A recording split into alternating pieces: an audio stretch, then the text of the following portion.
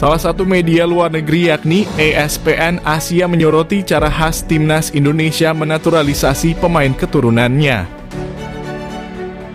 Secara resmi mengukuhkan atau melantik saudara sebagai warga negara. Pemain-pemain keturunan yang dinaturalisasi kini jadi kekuatan utama timnas Indonesia.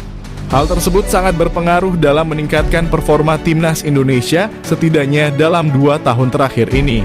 Beberapa capaian timnas Indonesia tidak bisa dipisahkan dari keberhasilan PSSI menaturalisasi pemain keturunan seperti lolos ke knockout Piala Asia 2023 dan melaju ke putaran ketiga kualifikasi Piala Dunia 2026.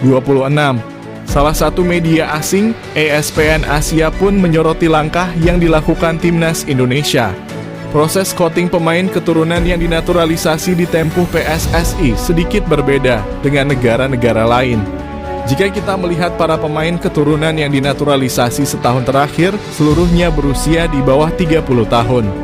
Dan bisa dikatakan masih kuat-kuatnya. Bahkan 2 nama terbaru, Mads Hilgers dan Eleanor Reijnders, baru berusia 20 dan 23 tahun. Artinya PSSI berkomitmen agar para pemain keturunan itu untuk membela timnas Indonesia dalam jangka panjang 5-6 tahun ke depan. Berbeda dengan negara lain yang menunggu keputusan sang pemain keturunan sampai mereka benar-benar tak dipanggil negara yang lebih besar. Sebagai contoh, Michail Antonio penyerang West Ham yang memutuskan membela Jamaika usai tak kunjung dapat panggilan timnas Inggris. Federasi sepak bola Jamaika pun mau menunggu Antonio hingga berusia 31 tahun untuk debut pada 2021 lalu.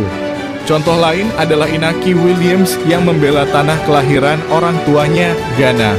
Walaupun debut untuk timnas Ghana di usia 28 tahun, Inaki memutuskan hal tersebut lantaran sudah lelah menunggu dipanggil timnas Spanyol.